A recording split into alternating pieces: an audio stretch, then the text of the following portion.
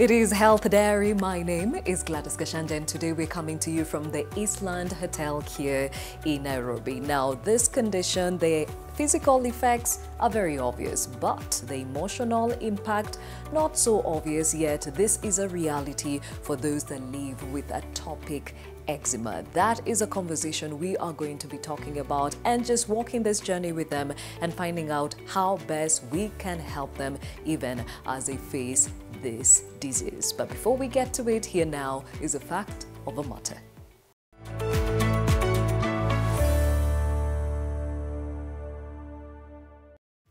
Atopic dermatitis or atopic eczema is a disease that makes your skin red, itchy, and irritated. It is a chronic condition that most often begins before the age of 5 and may persist into adolescence and adulthood.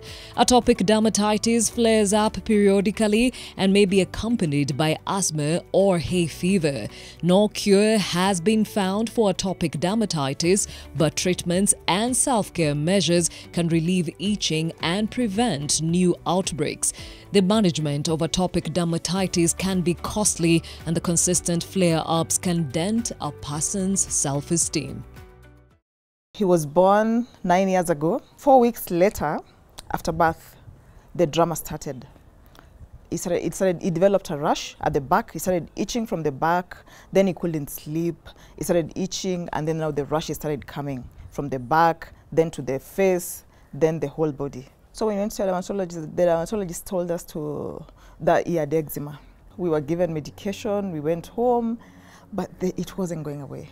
Actually, with time, we discovered, now we had to identify where the flare-ups, what is causing the triggers. So we identified milk, we identified clothing, and even foods. So we were able to say that at school, and the teachers were very understanding, they were very supportive. And then, of course, there's also the students next to him questioning why he looks different, why he's always having a serious rash, why he's itchy sometimes. Yeah, so he's able to explain to his peers that he has an allergy.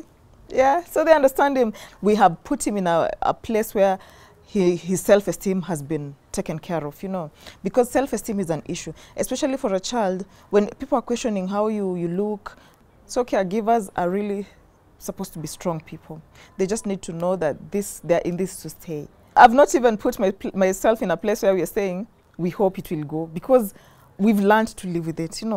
Identify a good moisturizer for yourself, then identify your triggers. Is there a fruit you're eating? Because I know my son takes strawberry and he's just, oh my God, strawberry is bad with him. These are things that doctors will not really tell you. It's up to you to identify for yourself, because doctors always insist on the prescription they're giving you. And some of these prescriptions have too much steroids. Then also there's the aspect of people telling you, I did this worked for me. What works for you does not have to work for someone else. The medication is expensive. The creams are very expensive. I will tell you, anyone else who's using these creams will tell you, very expensive. I started a platform where we can have a support group for people with eczema. There's a lot going on. People with eczema and children, caregivers, should try to go out of their way, talk to other people, get support. Don't sit there and get depressed.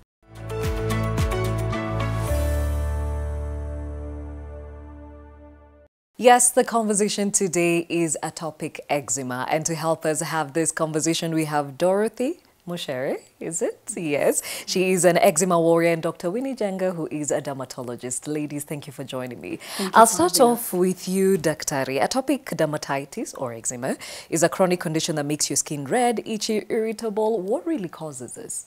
As at now, there's no specific thing that has been found to cause eczema, but there's a huge genetic predisposition, meaning that if eczema runs in your family, then the children who come from that family line are more likely to develop eczema than those ones who have no history of eczema in their family.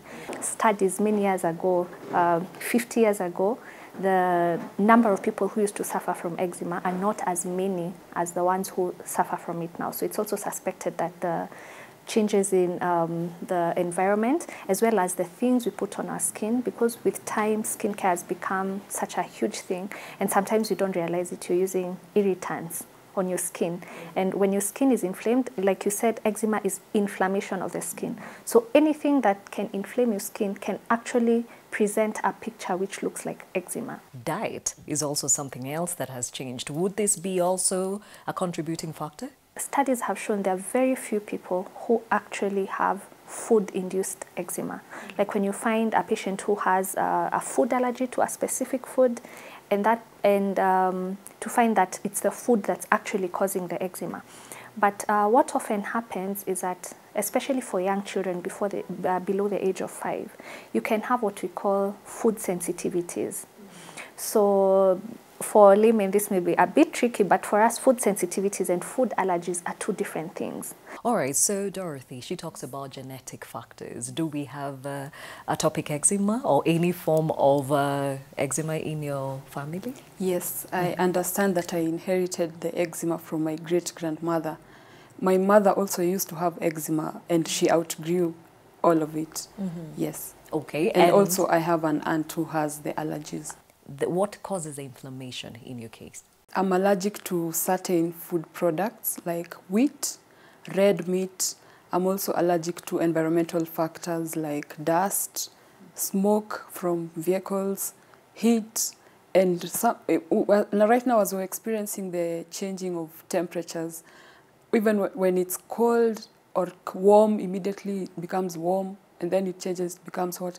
That's tricky for my skin to cope with, so I get allergies. And when you say the allergic reaction, what exactly do you feel? What's the sensation? The skin becomes itchy, so I scratch. So Dr. clearly is directly related to the food she eats, and also the symptoms seem to be different from patient to patient. How come? Eczema is a skin disease. It's actually not an allergy, but you find a huge percentage of patients who have atopic eczema also have what we call atopy. Atopy refers to a group of allergy-related conditions. For instance, asthma, people who get people who sneeze when they go to a dusty environment, people who get a runny nose when the temperature comes down. So that's what we call atopy. So those two conditions are very related. A huge number of patients who have atopic eczema will have those allergies. So the role that allergies play is that they usually exacerbate the situation. So if, for instance, if you have a food sensitivity or a food allergy,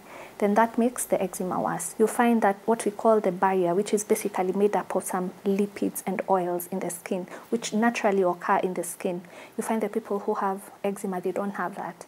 So your skin becomes leaky, for lack of a better description. It's like a brick wall which has no cement that holds the bricks together. So you find things leaking more easily, so you're more likely to develop allergies. If you're exposed to an irritant, it will penetrate your skin way easily as compared to someone who doesn't have that same problem. It is common in children, but can occur at any age. For you, Dorothy, when did it come up? My parents tell me I developed eczema when I was about 1 month old. And this has been part and parcel of your life because they say you outgrew it at some point. Yes, it has been part of my life and I've been outgrowing it. Okay, so it's much better now? Yeah, it's less. So explain how some born with it, others you develop it later on. Say you have 2 children who both have a genetic predisposition for this condition, but one is put in an environment that's very friendly to their skin, and another one is not in such an environment, and they have things in the environment which will precipitate the eczema. The eczema will start way earlier than the other child. So common things would be like infections, would be things like use of soaps, the wrong fabrics on a baby. These are things that can precipitate eczema way earlier than, for instance, someone who's not exposed to those things. So some outgrow them, others do not. Again, is this dependent on veracity or is it the genetics again? What it does is as you grow, the pattern changes. So if you look at a baby who has eczema and you look at the areas of the skin that are affected, usually the pattern tends to change. And as you grow older, it becomes more localized. When you're younger, it tends to be like everywhere.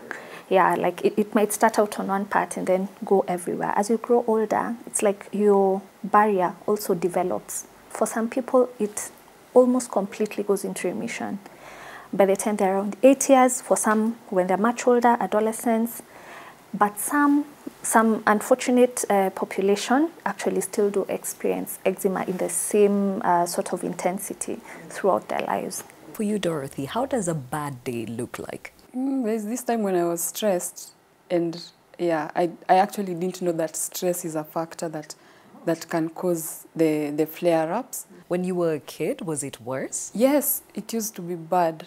In fact, it was very tricky for me to use the school uniforms because of their fabrics. Okay, so these allergens we're talking about, they're in the air, they're clothes we wear. Let's talk about those. It's been found that certain things are better than others for people who suffer from eczema. So the first thing I would advise is never put children in anything other than cotton clothing. The alternative would be silk. But cotton, of course, silk is a bit more expensive and perhaps may not be as warm as you would wish, especially for a child. But cotton has been found to be the most soothing fabric you can put next to a baby's skin. Now, when it comes to other items, such as, for example, when she's talking about food and maybe some specific oils and things like that, there's actually no manual. What I would say is generally go for the more simple things. If you're trying to look for something to put on your skin, go for something, the fewer the ingredients, the better, because you can probably tell, if you have very few ingredients to assess, probably you can tell easily what doesn't go well with your skin rather than something that has like 30 ingredients and you don't know where to start. Okay, I was looking up on the complications that come with atopic eczema, and they said at times, to a large extent, it can actually even cause something like cataract. Daktari, when the inflammation happens around your eyes, it can cause cataracts? One of the associated conditions to atopic eczema is something we call allergic conjunctivitis. So if you have allergic conjunctivitis, what usually happens is that you find these people have sometimes darkening around the eye. You find an eye that looks a bit more wrinkly than normal. And sometimes you even find people who have like very thick, leathery skin around the eye. So sometimes that's as a result of the inflammation caused by the allergic conjunctivitis, and also because of the rubbing, they also tend to get atopic eczema around the eye. Some of the treatments used to treat that inflammation can then cause the cataract. So I would definitely recommend, if you're experiencing any issues around your eyes with atopic eczema, do not buy eye drops off the counter, because that's what most people do. It's better to have that monitored by a doctor, because they can tell at which point you're prone to getting these side effects, and they can perhaps waive that. Okay, so then they also say more than half of young children with atopic dermatitis develop asthma and hay fever by around the age of 13. Do you have any of these, Dorothy? No. So you got lucky. Yeah. It's just my skin issues. And in your family, anyone who deals with asthma, hay fever? My late grandmother used to have asthma. A good percentage of these patients start out with atopic eczema. Then with time, they develop conditions like the sinusitis, allergic rhinitis, which is the running nose, and then eventually they develop asthma. So actually what's currently being studied is whether there's a connection between the respiratory lining and the skin. Now, growing up with this condition is not the easiest of things. You are in that class, you're young, you're naive, you have this condition. What were you going through with your age mates? My classmates used to wonder why my skin could change sometimes. Because, you know, the flare-ups sometimes come, and in a very severe way, then sometimes they are calm. Although there are cases whereby people make comments, and in high school specifically it became tricky because of pimples and the hormonal changes and adolescence. Yes, so I had like a mixed skin, but I've found it easier to explain to people in my adult life. And then gradually, even when we would go to have dinner together or parties, they understand that I'm very picky because of A, B, C, D. Part of the major issue with conditions like eczema, because it's on your skin and everyone can see, and people tend to assume that things are infectious. So the first thing they do is, perhaps in an effort to protect themselves, they want to have that person stay a bit distant from them as a way of protecting themselves. But then you see, something like eczema is not actually infectious. It's not contagious. Even if you handle someone who has a condition, if you give them a hug, if you shake their hand, they actually cannot give it to you if you do not have the genetic predisposition. So we actually do need to do a bit of sensitization for community at large, but even to our patients, so that they can be equipped with information which they can explain to their colleagues or their friends, because sometimes if they explain to people around them what's happening, they may be in a better position to understand. Okay, and now sleep deprivation is something that comes with atopic eczema, because when the itchiness or the flare-ups set in, it is a totally different tangent. Has that affected you? Yes. During the bad days, yes, it has affected me, and I've found myself like in a position whereby I have to catch up like during the day.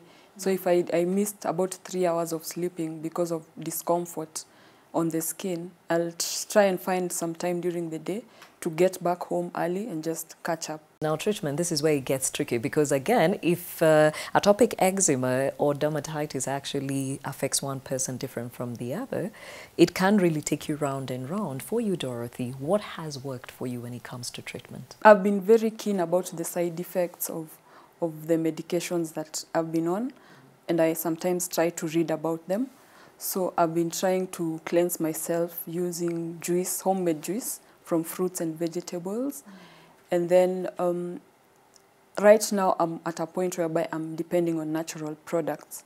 So I use moringa oil. Sometimes I eat moringa seeds. They are sweet. And then I also use shea butter products. Sometimes we'll use drugs such as topical steroids. There are some other newer drugs which we also incorporate sometimes, but this is very patient specific. There are no two patients who, if you get like 10 patients who have eczema and they go look at their treatments, you'll find they're different. The other thing I'd like to emphasize, which patients can do on their own, is a moisturizing bit. Moisturization has been found to actually prevent atopic dermatitis in some patients, especially the ones who have very mild ones. And for the ones who even have the more severe forms, it actually helps with reducing severity. And for you, Dorothy, I'm sure you've met people that have given you all manner of advice, yes, what to use on your skin. What's the craziest you've ever heard? I use some, like lemon, which the thought of putting lemon on my skin, whether there's mild eczema or just crazy, it's painful. Okay, Dr. The reason why I'm asking that question is because some of the therapies listed include taking a bleach bath. Basically what it is it's a disinfectant, but it's a disinfectant that doesn't cause a lot of irritation. But there are some specific disinfectants which we can use for patients with eczema, but more so for the ones who are prone to infections. So what a bleach bath does, it helps control the bacteria on your skin. We're not putting you on an antibiotic, but that will help sort of control it, because patients with atopic dermatitis, their skin has been found to have more of the disease-causing bacteria than someone who has normal skin. So that's why I would say first consult your doctor before you do a bleach bath. Okay. Now, the constant flare-ups can literally drill a hole in the pocket when it comes to treatment. Medication is usually very expensive, especially considering some medical insurance don't cover chronic conditions such as eczema. So most of the time you go to the doctor and you'll have to pay cash. I spend almost 10,000 shillings one visit.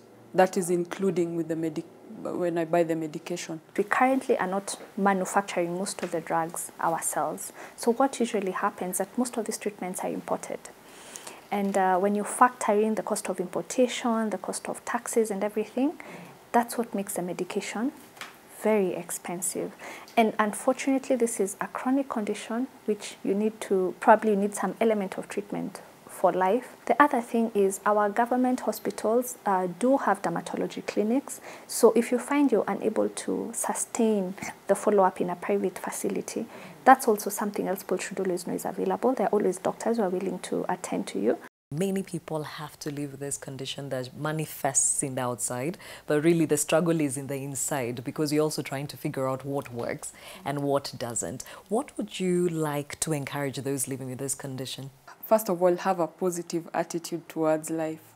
You need to be in charge of yourself, and then try and learn about the eczema that you are experiencing. Just try and learn about it, have a positive outlook about it, and make sure it's not the one that is controlling you, but you are the one in control of it. She talked about being told to douse herself in lemon. That's definitely a no-no? No. Okay. There's some who've gone for home remedies. Turmeric, would you recommend to use that? Many of these herbal remedies interact very negatively with the sun. So if you're in a country like Kenya where we basically have sun literally every day, and you're putting these things on your skin and your skin is interacting with the sun, sometimes you end up getting way worse conditions than what someone had in the beginning. So my advice would be, if you're interested in using a particular product, first, don't try it on your skin, it's very bad. Second, consult your doctor. Let them tell you about that specific thing. There are some things which have been found to be helpful. There are others which have actually been found to be harmful. But don't just assume that because something says it's natural, it means it's good for you.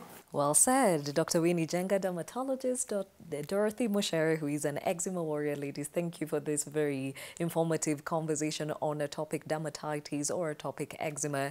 And I'm sure you've got so many questions, and Daktari will be out to help you with some of these queries. Time now for the health tip. Health tip brought to you by Good Life Pharmacy. The products that you should use with oil when you have oily skin is a product with salicylic acid that is able to control oil on the skin.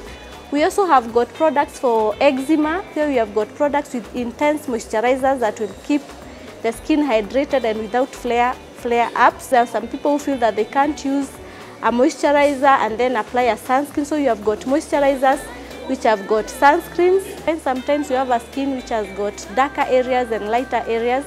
We have got products that help you to even out the skin complexion. Visit us at any Good Life Pharmacy and we'll advise you on skincare products. We are all about you. Health tip brought to you by Good Life Pharmacy.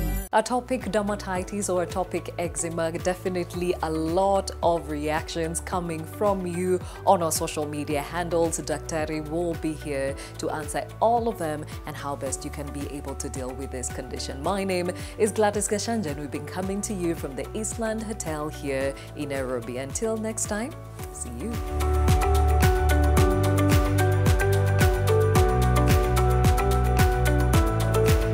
This conversation is really making interesting.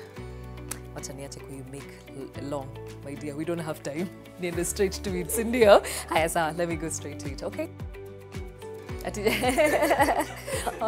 Or you can make me sit if that will work. I don't know. Otake, bro. Aki, imagine you told me today. I thought this is witchcraft. Wait, did you? I thought yes. Most people do not understand.